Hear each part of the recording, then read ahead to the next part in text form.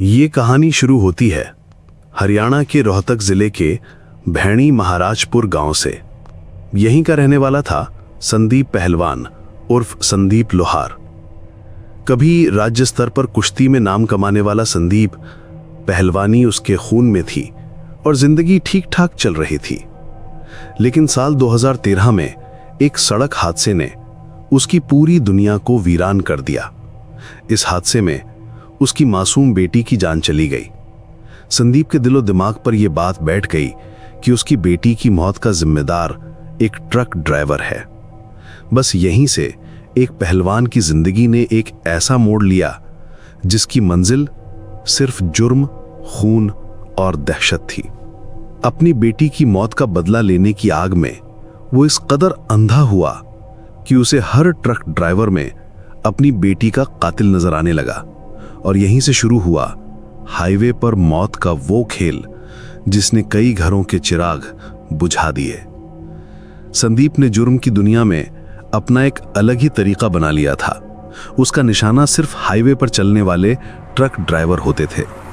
वो पहले उनसे दोस्ती करता, उनके साथ खाना पीना करता, उनका भरोसा जीतता, और जब ड्राइवर उस पर पूरा यकीन कर लेता तो संदीप अपना असली रूप दिखाता।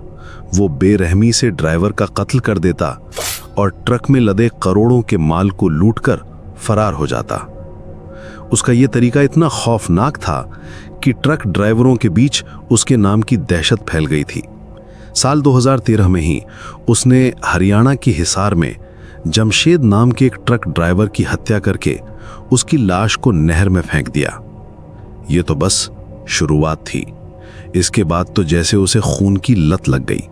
साल 2014 में उसने हांसी सदर रोहतक में दिलबाग नाम के एक और ट्रक चालक को मौत के घाट उतारा और लाश खेत में फेंक दी। हैवानियत की हद तो तब हो गई जब उसने पैसों के विवाद में अपने ही एक साथी मुन्ना की गंडासे से काटकर हत्या कर दी और उसकी लाश को भी नहर में फेंक दिया। धीरे धीरे बदले की आग पर लालच हाविद होने लगा था। अब वो सिर्फ कातिल नहीं बल्कि एक शातिर लुटेरा भी बन चुका था। संदीप का गिरोह सिर्फ हाईवे तक ही सीमित नहीं रहा।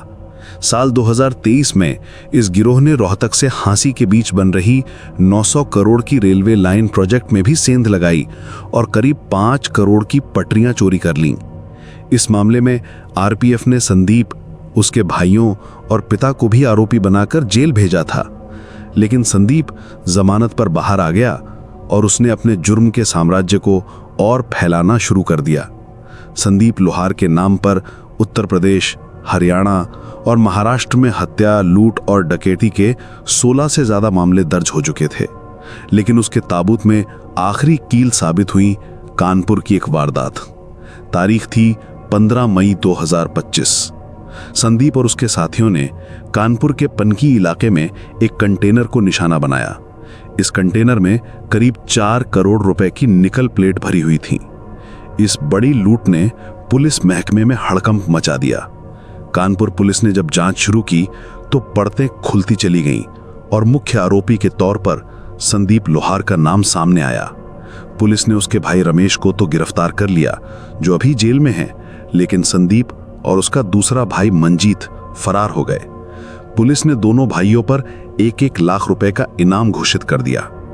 अब संदीप सिर्फ हरियाणा पुलिस के लिए ही नहीं बल्कि यूपी पुलिस के लिए भी एक सिरदर्द बन चुका था।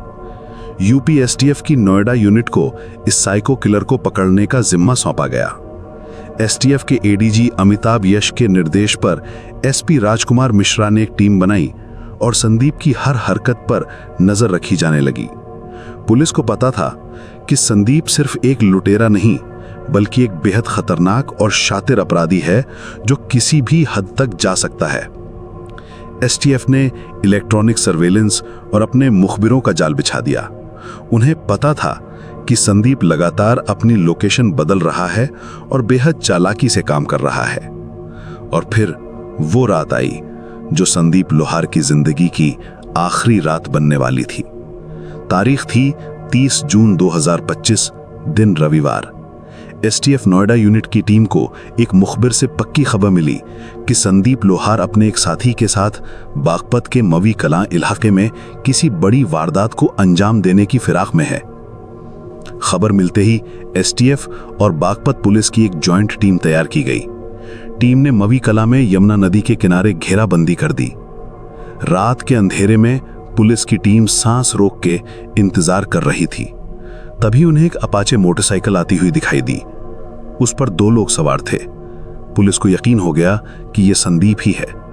जैसे ही मोटरसाइकिल पास आई, पुलिस ने उन्हें रुकने का इशारा किया, लेकिन पुलिस को देखते ही बाइक वालों ने भागने की कोशिश की और पुलिस टीम पर फायरिंग शुरू कर दी। अब पुलिस के पास जवाबी कार्रवाई के अलावा कोई चारा नहीं था।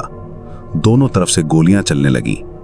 इस गोलीबारी में एक गोली संदीप लोहार के पैर में और दूसरी सीने में लगी और वो वहीं गिर पड़ा। उसका साथी अंधेरे का फायदा उठाकर भागने में कामयाब रहा। इस मुठभेड़ में एसटीएफ का एक जवान सुनील कुमार भी जख्मी हो गया। पुलिस फौरन घायल संदीप को अस्पताल ले गई, लेकिन डॉक्टरों ने उसे मृत घोषित कर दिया। इस तरह बेटी की मौत का बदला लेने के लिए जुर्म के रास्ते पर निकला एक पहलवान, जो बाद में हाईवे का हैवान बन गया, उसका अंत पुलिस की गोली से हुआ। पुलिस ने मौके से एक 30 बोर की पिस्तौल, जिंदा कारतूस और वो मोटरसाइकिल बरामद की जिससे वो भागा था। संदीप के एनकाउंटर के बाद उसके परिवार वालों ने पुलिस पर गंभीर आरोप लगाए हैं। उसके पिता सतबीर सिंह और दादा राम नारायण का कहना है कि संदीप अपराध की दुनिया छोड़ चुका था।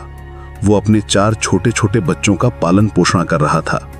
उनका आरोप है कि एसटीएफ ने उसे उठाकर मारा है और ये एनकाउंटर फर्जी है। उन्होंने कहा कि वो संदीप को न्याय दिलाने के लिए अदालत का दरवाजा खटखटाएंगे। अब सच क्या है, ये तो जांच का विषय है, लेकिन ये कहानी हमें ये सोचने पर जरूर मजबूर करती है कि कैसे एक हादसा इंसान की पूरी जिंदगी को बदलकर रख देता है। एक पिता के सीने में लगी बदले की आग ने न जाने कितने ही ड्राइवरों के घरों को हमेशा के लिए अंधेरे में ढकेल दिया। ये कहानी एक सबक है कि जुर्म का रास्ता हमेशा तबाही की ओर ही जाता है, चाहे उसे शुरू करने की वजह कुछ भी हो। अगली बार फिर मिलेंगे एक और कहानी के साथ। तब तक के लिए अपना ख्याल रखिएगा।